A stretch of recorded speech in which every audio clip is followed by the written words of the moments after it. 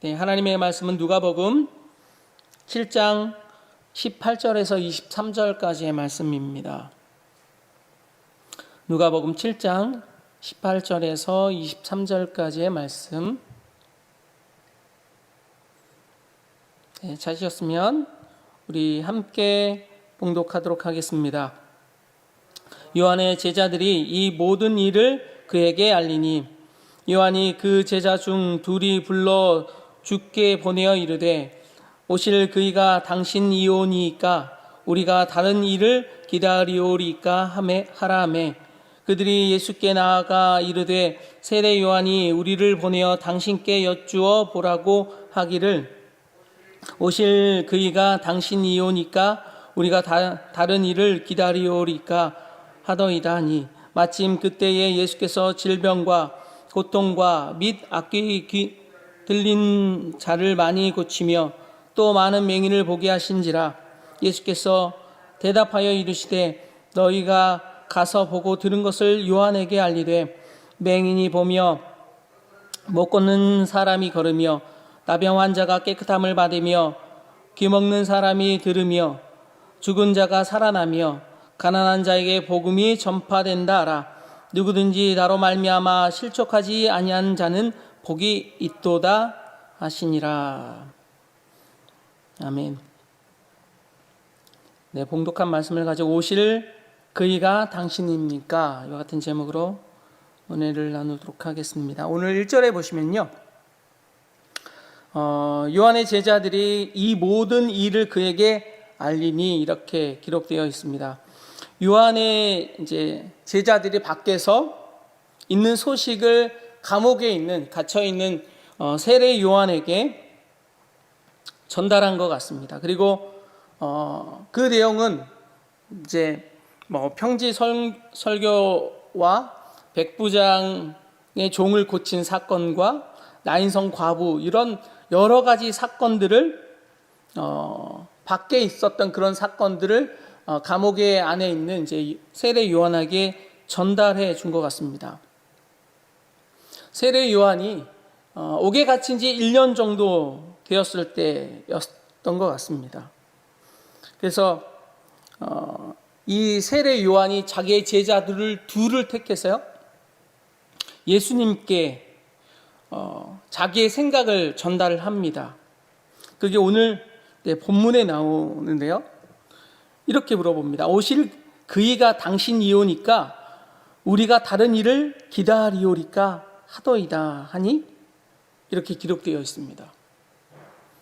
좀 충격적인 일이죠. 세례 요한이 누굽니까? 예수님을 가장 먼저 증거한 사람이었고요, 예수님을 메시아로 소개했던 사람이었습니다. 그리고 이사야 선지자가 말했던 바로 그 메시아가 오셨다라고 증거했던 사람이 바로 세례 요한이었지 않습니까?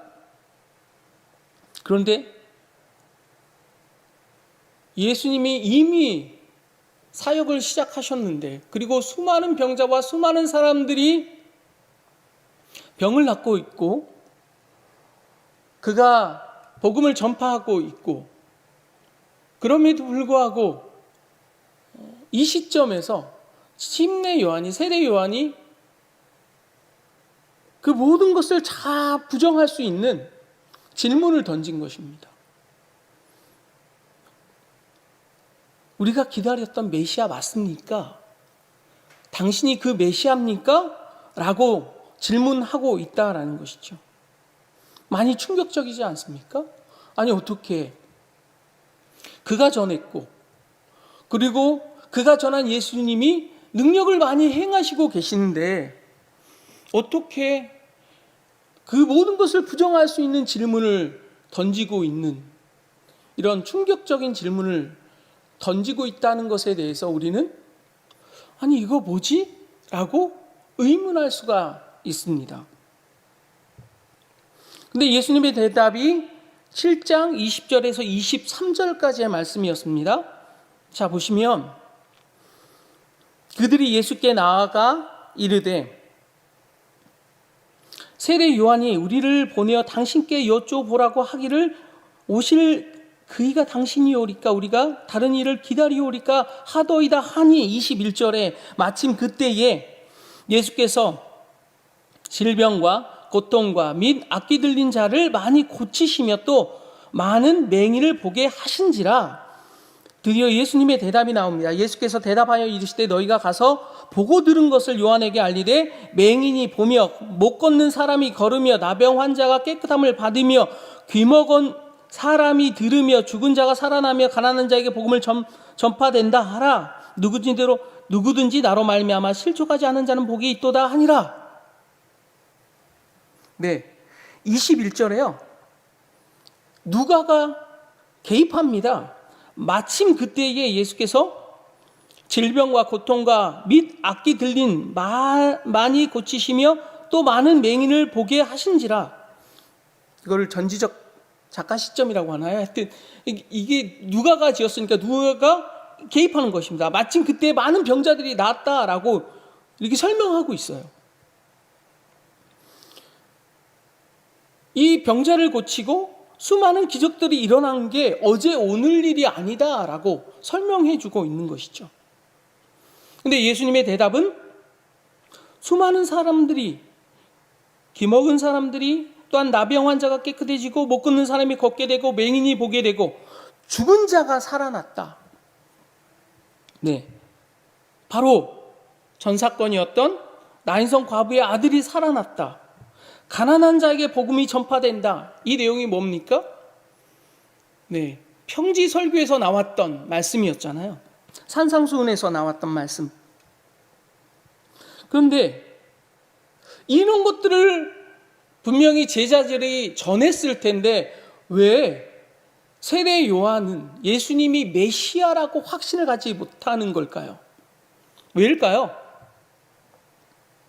무엇 때문일까요? 이사야서 42장부터 53장까지 고난받는 주의 종에 대해서 이야기하고 있는데요. 고난받는 종은 6가지의 특징을 가지고 메시아에 대해서 이야기하고 있습니다. 첫 번째는 하나님이 그를 특별하게 선택하셨다. 그리고 그는 메시아는 성령으로 무장시키는 사역을 하신다. 그리고 하나님의 백성을 구원하고 모으는 사역을 하실 것이다. 새 언약을 세울 것이다. 평지설교를 말하는 것이죠. 또한 백성들의 죄를 대속하는 제물로 자신을 드릴 것이다. 십자가 대속을 말하고요. 이방인들에게 하나님의 계시와 구원을 전달하는 사명을 가지신 분이다. 네, 백부장에게 예수님이 메시아로 믿음의 고백을 들었다는 것이죠. 이 많은 것들이 이사야 선지자가 얘기하고 있는 메시아의 특징들인데, 아니 그거를 모를 리가 없는 이 세례 요한이 왜 그런 질문을 던졌을까 의문이 갑니다. 여러분, 누가복음 3장 16절에서 17절 잠깐 보시겠습니다. 3장 한번 가보세요.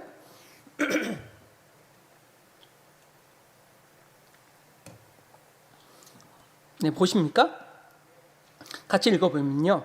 요한이 모든 사람에게 대답하여 이르되 나는 물로 너희에게 세례를 베풀거니와 나보다 능력 많으신 이가 오시나니 나는 그의 신발끈을 풀기도 감당하지 못하겠노라. 그는 성령과 불로 너희에게 세례를 베푸실 것이요 손에 키를 들고 자기 타작마당을 정하게 하사 알곡은 모아 곳간에 들이고 쭉정이는 꺼지지 않는 불에 태우시리라. 네, 성령의 불로 세례를 베풀 거라고 말씀드렸잖아요. 능력이 많으시다는 것입니다. 그 능력을 가지고 손에 키를 들고 자기 타작마당을 정하게 하사 알곡을 모아들이고 쭉정이는 꺼지지 않는 불에 태우리라. 이것은 심판에 대해서 이야기하고 있는데요. 이것을 누가 얘기했습니까? 바로 세례 요한이 얘기했거든요. 자기가 그렇게 얘기하고 또한 그런 메시아인지를 선포했다라는 것이죠. 그런데 능력이 많으셔서 알곡을 모아들이고 구원 사역과 쭉정이를 불태우는 심판의 사역을 아주 매우 강조하고 있는 이 세례 요한의 그렇게 말했는데 무엇인가 자기가 선포한 것과 같지 않은 예수님의 삶을 보고 있는 것입니다. 맹인이 보게 하고 못 걷는 사람이 걷게 하고 이런 사역 말고 이 침례 요한이 선포했던 것은 무엇인가 심판의 주로 나타나실 그런 메시아로 바라보고 있는데 예수님의 사역이 자기가 이야기했던 선포했던 내용과 다른 것을 계속 보게 되는 것입니다. 능력이 많은 것은 알겠는데 자기가 하나님 앞에 계시를 받아서 선포했던 내용들은 별로 나오는 것 같지 않습니다.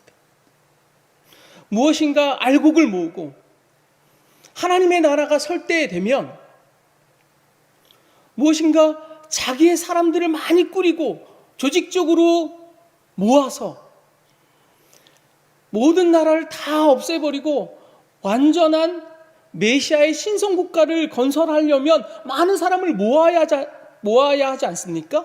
그런 게 잘 보이지 않는 거예요. 뭔가 조직적으로 잘 갖추어지는 것 같지 않는 거예요. 그리고 바리새인과 서기관들, 이런 외식하는 자들에게 공격적으로 나가거나 혹은 헤롯과 무엇인가 대항하는 접촉점에 서거나 그런 모습들이 보여지지 않습니다. 자기가 생각했던 그런 메시아의 상이 예수님 앞에 잘 보여지지 않았습니다. 가난한 사람에게 복음을 전하고 문둥병을 고쳐내고 나병을 고쳐내고 그런 수많은 일들은 행했지만 그가 생각했던 메시아가 아니었나라는 것입니다. 그래서 그는 예수님이 메시아인 것을 자기 제자를 통해서 확인받고 싶어 하는 것입니다. 어저께 저는 백부장의 종의 이야기와 난성 과부의 아들을 살려주시는 예수님의 기적을 선포했습니다. 유대인들이 가지고 있었던 하나님의 나라에 대한 잘못된 개념들, 그들은 정치적이고 국가주의적인 개념으로 하나님의 나라를 이해했습니다. 그래서 메시아가 오면 자기네들을 압제했던 로마를 다 깨부수고 하나님이 통치하는 신정국가를 건설할 것이다 라는 확신을 갖고 있었는데, 그런데 백부장의 소원을 들어주는 예수님을 보면서 바리새인과 서기관들은 이게 메시아인가? 혹은 세례 요한은 메시아인가? 또한 나인성 과부의 아들을 살리시면서 하나님의 나라는 그와 같이 슬픔을 당하는 자, 가난한 자, 이런 사람들이 누구나 갈 수 있는 하나님의 나라를 전파하고 있는데 세례 요한은 그렇지 않았다라는 것입니다.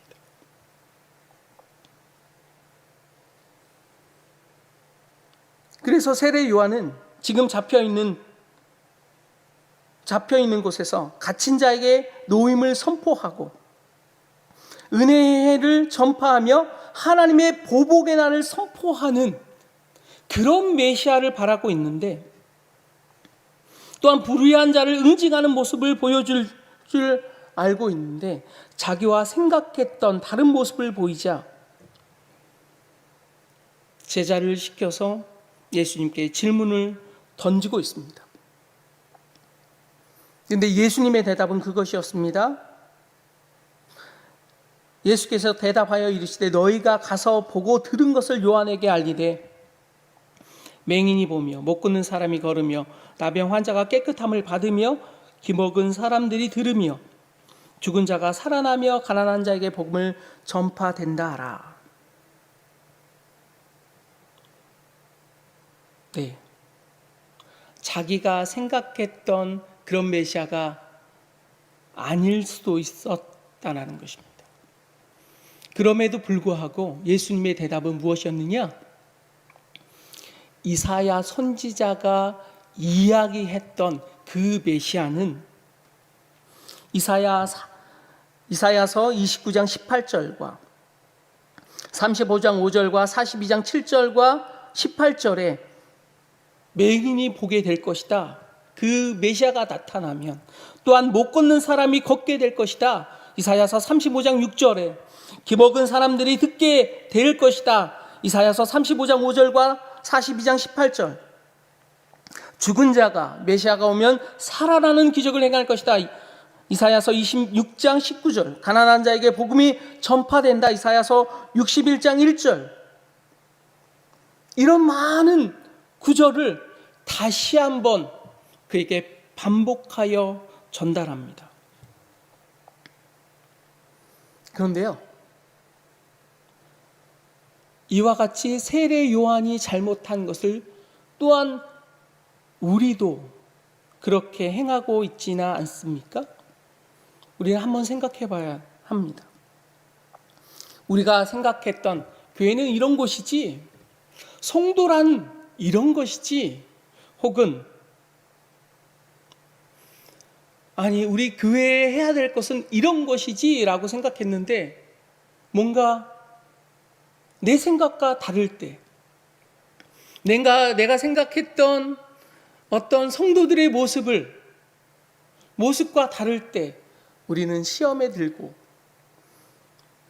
혹은 기독교를 부인하며 교회에 대해서 부정적인 이야기를 우리는 쉽게 다른 사람에게 이야기하지 않습니까? 이 세례 요한이 갖고 있었던 하나님의 나라에 대한 개념, 자기가 생각한 대로 예수님이 행하지 않자 예수님이 메시아냐고 따로 그 묻는 이 사건, 바로 우리의 모습이지 않나 생각해 봅니다. 예수님이 어떤 메시아이기보다 예수님께 우리의 초점을 맞춰드리는 우리 순복음 도봉교회 모든 성도들이 다 되었으면 좋겠습니다. 기도하겠습니다. 하나님 아버지 감사합니다. 오늘도 하나님 말씀을 통하여 세례 요한이 가졌던 하나님의 나라의 개념과 메시아에 대한 개념, 그가 생각한 대로 이루어지지 않자 그가 예수님이냐고 물었던 것처럼 그 물음이 우리 안에 또한 있음을 우리가 고백합니다. 우리는 철저하게 예수님 닮게 하여 주시고 예수님 바라보게 하여 주시고 예수님의 기준이 우리의 기준이 되게 하여 주옵소서. 예수님의 이름으로 감사하며 기도하였습니다.